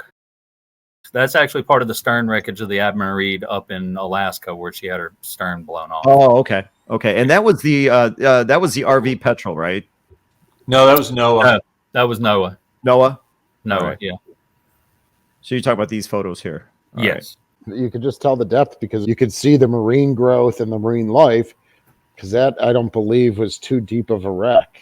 You know what, Shane? That's a really good point. I mean, when you talk about discovering wrecks, if this is the Abner Reed, it's just everywhere. And that's really, really cold water. It's shallow water. And yet it's still just the other one you had, the De Haven there. Oh, yeah. The Haven is in the South Pacific. It's at Guadalcanal, but it doesn't have near the growth that you had with the stern in Alaska. There's a lot of factors that go into marine growth and how it affects a wreck, not just depth or lack of oxygen. Like I mentioned with Titanic, she's at the exhaust port of the Gulf Stream, the warm waters of the Gulf Stream. So she's getting all kinds of detritus coming out of the Gulf Stream and a lot of life forms that get deposited over the Titanic wreck. And that's contributed to the growth of life at that wreck site. You had asked me earlier about the differences between 2005, the first time I dived on Titanic, and then 2019. the biggest difference I saw was not really the wreck itself, but the explosion of life that had happened between 2005, 2019. 2005, yeah, it looked like this. And I'm not a biologist. That's a little anemone or something. I don't know what you call it. Mm-hmm. But you would see something like that and a rat-tailed fish occasionally, and there's some crabs and some what we call brittle stars, or like starfish, but their legs are really long. In 2019, everywhere you looked, there was life. There was either flowering kind of life, like the sea anemones, or fish, crabs. They were all over the place. Titanic is belonging more now to the underwater environment that's claimed her as her home than it does to us anymore. Titanic is now our own ecosystem. That Abner Reed wreck now is an entire ecosystem. That's their home. It's not ours anymore. It's theirs. Yeah, and that was found, I think, in roughly 300 feet of water. So that's less than the length of a Fletcher-class. Yeah. And this is why occasionally you'll see decommissioned ships sunk as artificial reefs. They'll sink them in an area of known biological activity, but over time, the life down at that area will take it over and claim it as their own, and then it's their neighborhood. The next picture I want to pull up. That's Strong. And Strong has really good clarity on their pictures. I was really blown away by that. That's a 5-inch gun. Well, no, that's a 5-inch gun. I thought it was like a 5-inch gun. No, that's a 5-inch gun. Yeah. No What do kidding. you think it was? You know, at first glance at this photo, it almost looked like a ship's telegraph. Oh, no. It's bigger than that. And then there was this photo here. When I first saw that picture at Historic Naval Ships Conference, I started cursing because we worked so long to get a replica of one of those to put on Kid. And I'm like, I could have just dove down and grabbed that one. But what is it? It's the blast shield for the torpedo tubes. Yeah, torpedo tubes. Just in front of the number 3 mount. And it protects the torpedo man from the concussion. Now, right there, that's the pilot house of Strong, and it's just been off of the deck underneath it. And she's a round bridge Fletcher. Yeah. And you notice the height above it. I'm pointing at the camera here. You notice the height above it moving to the left. That's the base of the Mark 37 director. The director itself has been pulled off. And that shows you the difference between the square bridges and the round bridges, because when they got to the square bridges, they cut 6 feet off of the height of that pedestal to drop the weight of the Mark 37s down lower to give her a lower profile. That's a great picture. That is great. And I'm just amazed at how cleanly it popped off the deck. Comparing that to this guy. Yeah. Is that what you're referring to? That's a square bridge. Okay. And there's take a look at the director. What Tim is talking about is the distance between the top of the bridge, the overhead of the bridge, and the base and the mount of the gun director. You can see there it's much shorter. Yeah, but 2 feet or something like that. And then take a look at that other picture, and you can see how long it is in that. That's fabulous. I'm 5'6". I would never hit my head walking around it, but on Kid, I have to crawl underneath it.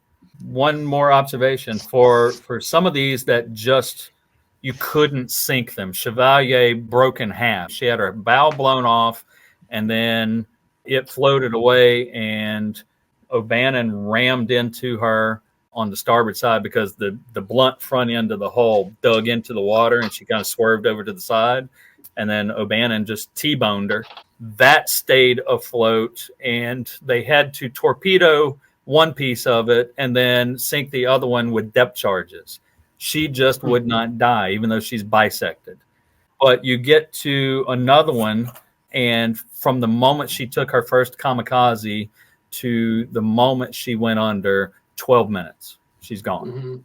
So if they got enough of a beating, they'd go down fast. But some of them just would not die. They were that well put together.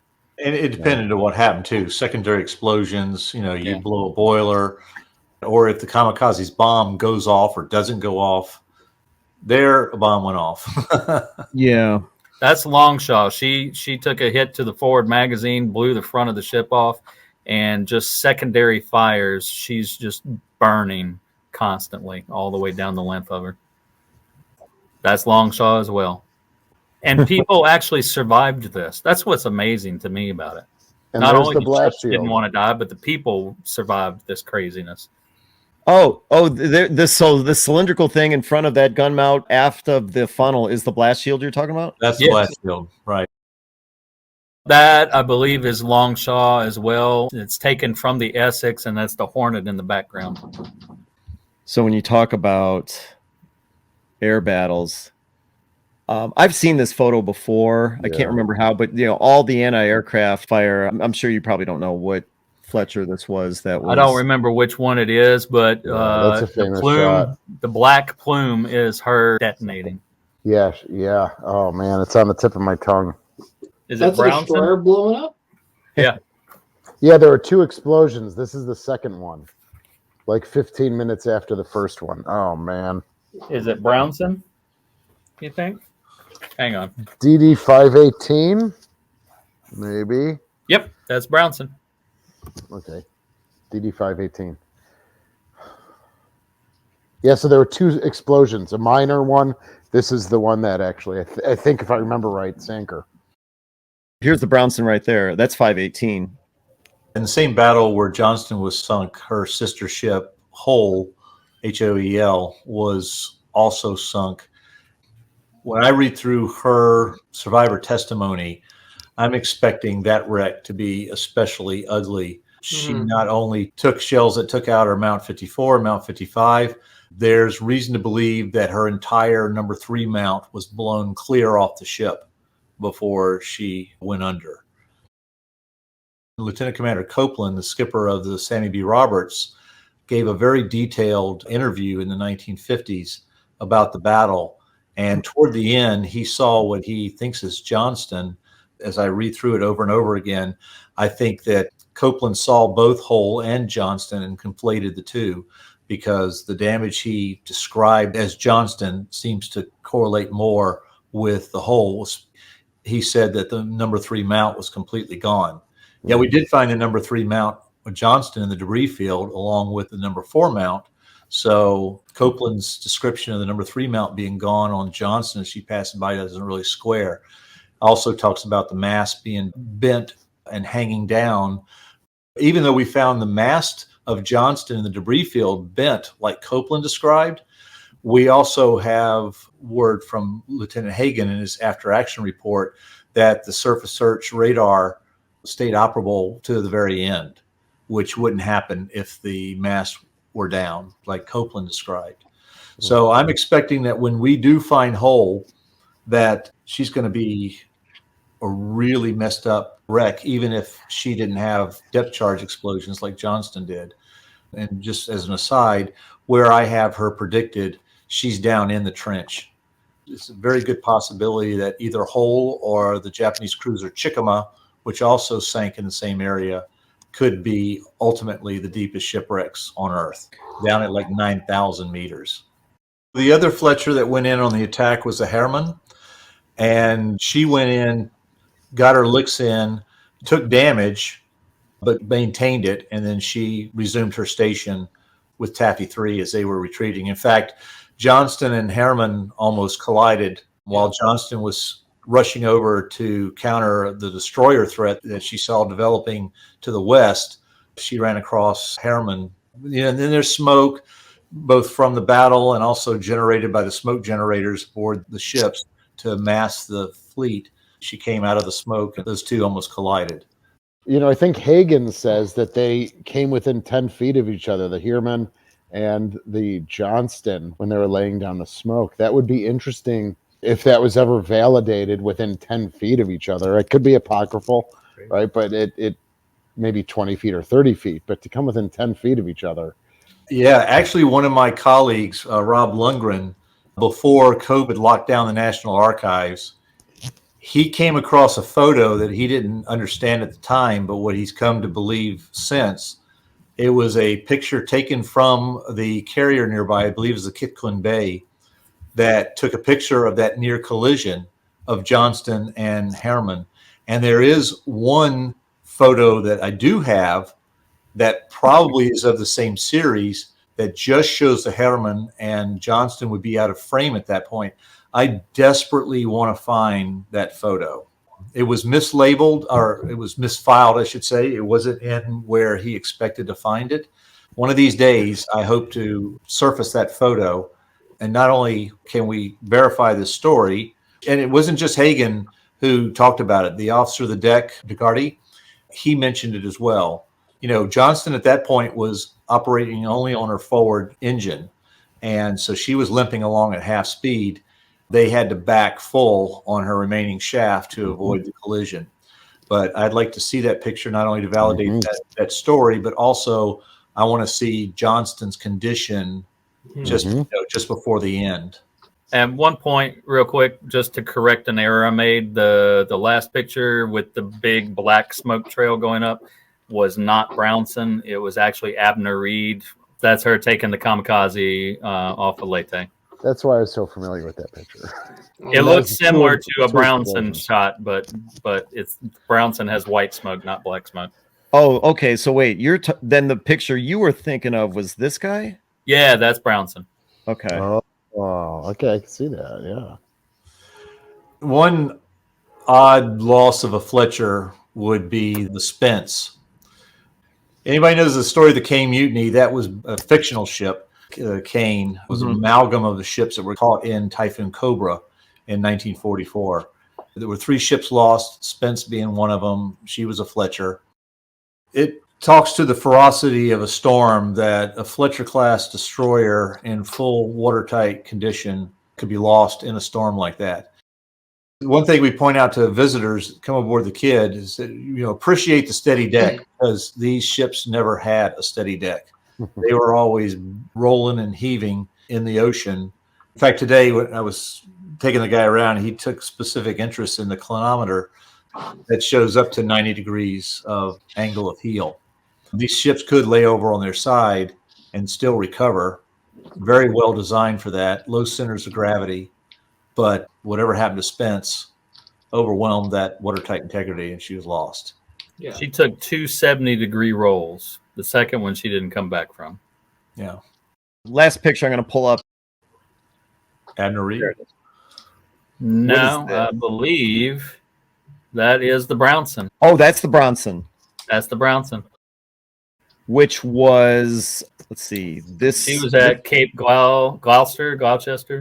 That's this destroyer right here, 518, correct? Correct. Okay, got it. Yeah, that's good. I want to mention, certainly, obviously some folks here would be very familiar with this.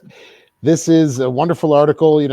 Parks has talked about Lieutenant Hagen, the gunnery officer on board the Johnston. First off, it's astounding because it is it's the Saturday Evening Post with the really famous Norman Rockwell painting on it, with his girlfriend right here. I'm sure everyone's familiar with that. But in this particular edition is the firsthand account from Lieutenant Hagen.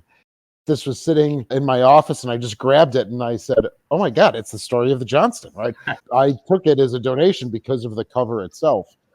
And then only after the fact come to find out that it's Hagen's account of the Johnston, so I would recommend that. It's the Saturday Evening Post, May 26, 1945. So kind of like the VE edition, potentially. What's interesting is that Tim and I were talking on the phone earlier today about your office, about all the different things that you take in. And then, you know what, Tim? Here he comes with this amazing, I can't pick on Shane. So, yeah, you were being talked about earlier. In a good way.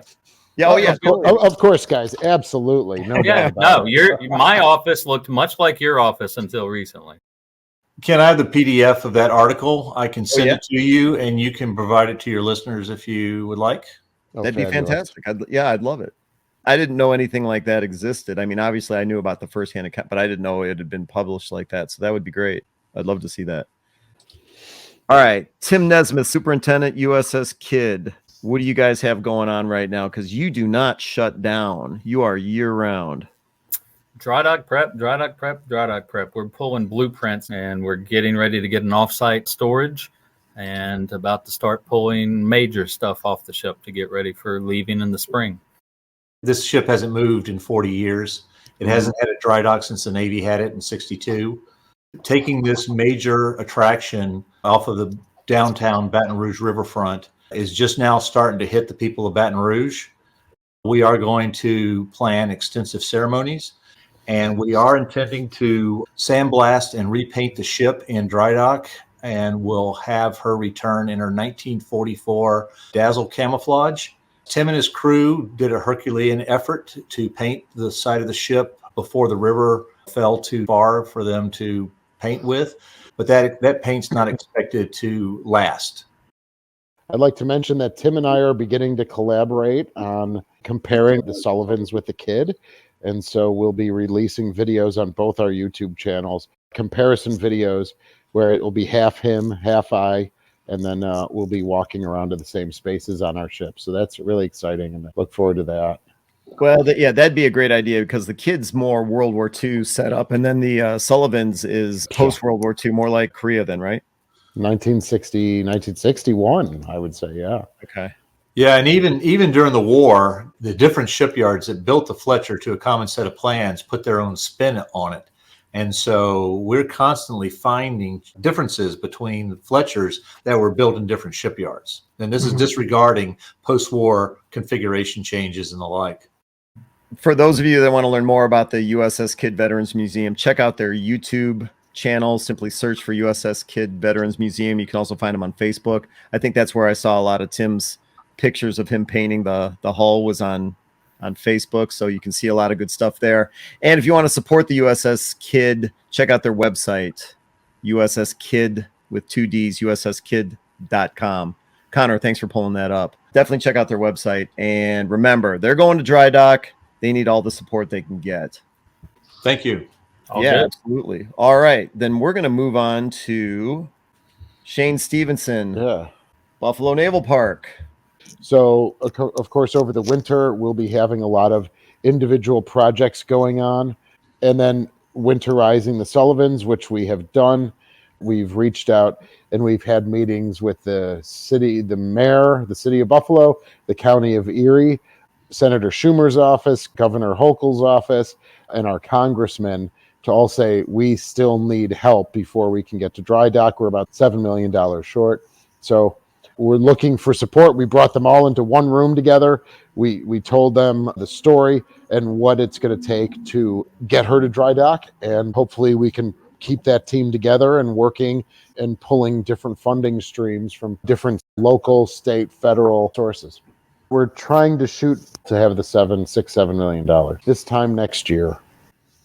Well, if anyone out there wants to throw their support behind the Buffalo Naval Park's effort to get the USS the Sullivans into dry dock, definitely check out their website, buffalonavalpark.org. You can also find their content on YouTube. Search for Buffalo Naval Park. There you go. Thank you, Connor, for pulling that up. And just as with the Kidd, throw your support behind the effort to get the USS the Sullivans into dry dock. Badly needed repairs. Then USS Slater in Albany, New York. John Epp, what's going on? Yeah, we're closing up shop here in about 4 weeks. And then what are you personally going to be doing during the winter? When you guys close up shop, then what do you typically do? Various collection projects. I actually messaged Tim last week. They made a video 4 or 5 months ago creating archival boxes for their charts. We have a bunch of blueprints rolled up, but no boxes. So creating boxes for that, cataloging blueprints. Speaking of dry dock, for all you guys, you know what would be a very fun episode? What's that? Having Tim Rizzuto and Ed Zakowski on here talking about dry docking. Agreed. Well, wait, I heard you talk about Rizzuto. Who was the other guy? Ed Zakowski. He's a very sweet, loving, kind old man. Yeah, big teddy bear. You just want to hug him. with cactus-like thorns. Oh, okay. Sarcasm. All right, got it. Tim calls him the foremost expert on destroyers in the world. But He's kind of Tim's mentor. he is. Oh, yeah. no. They've been together for 45 years, 50 years. Yep. Yeah. So that would make him my grand mentor, which he doesn't like hearing. For any of you that want to check out the Slater's content on YouTube, enter USS Slater in the search bar, and they've got a lot of great content. You can also check them out, ussslater.org. To check out their website, USSslater.org. Connor had that up there a little earlier. Thanks again, Connor. Yeah, so definitely check out their website. Check out the Slater on YouTube. And I haven't mentioned it tonight, but I always like to say that one of the best ways to support operations like the Kid, like the Slater, like the Buffalo Naval Park, is simply get on YouTube and watch their videos. It helps to build up their subscriber base, viewership. All of those little things go towards YouTube being able to kick back dollars now that their channels are able to monetize to earn revenue that way. If you can't do any kind of donation on their website, check out their content on YouTube, watch their videos, click subscribe. One of the simplest yet most effective ways to throw support behind these guys. The Alexander Henry in Thunder Bay.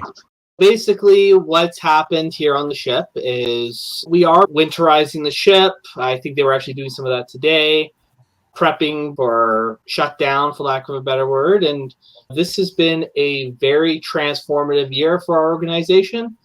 The big news, the Alexander Henry is now the latest historic site in Canada. It is now a protected heritage site within the country. So the ship itself is now protected. With our new partnership with the cruise ships coming into the new tourist season, we should have a great year next year. I'm kind of jealous of the guys down in Louisiana who get to open all year round, but at the same time, our ship doesn't have heat or running water. So now we're just waiting for the ice to start showing up. You are now the curator, right? Yes, I am. And is that strictly for the Alexander Henry, or is that for the Transportation Museum? It's for the museum as a whole. Obviously, the Henry is our largest artifact.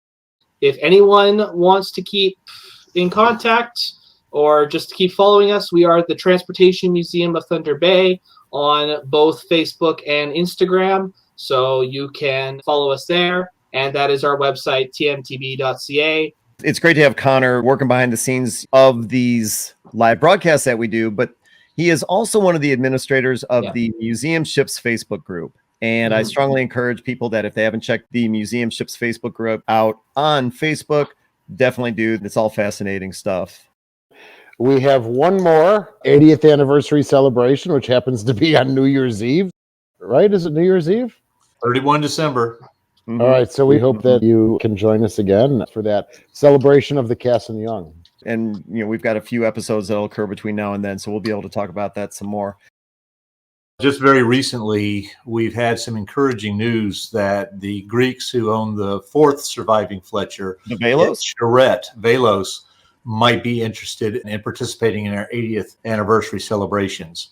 So we're going to see if we can draw the Greeks in and see what they can show us about their Fletcher.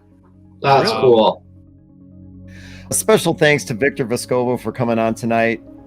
He's a big deal to me, so I was thrilled to have him join us and to give us as much time as he did. Yes. So definitely want to say thanks to Victor. Thanks to Tim, Parks, Shane, John, and Connor. I just really had a lot of fun with this tonight. I also want to say thanks to a lot of you viewers. Can't do this if we don't have viewers. So thank you for joining us tonight.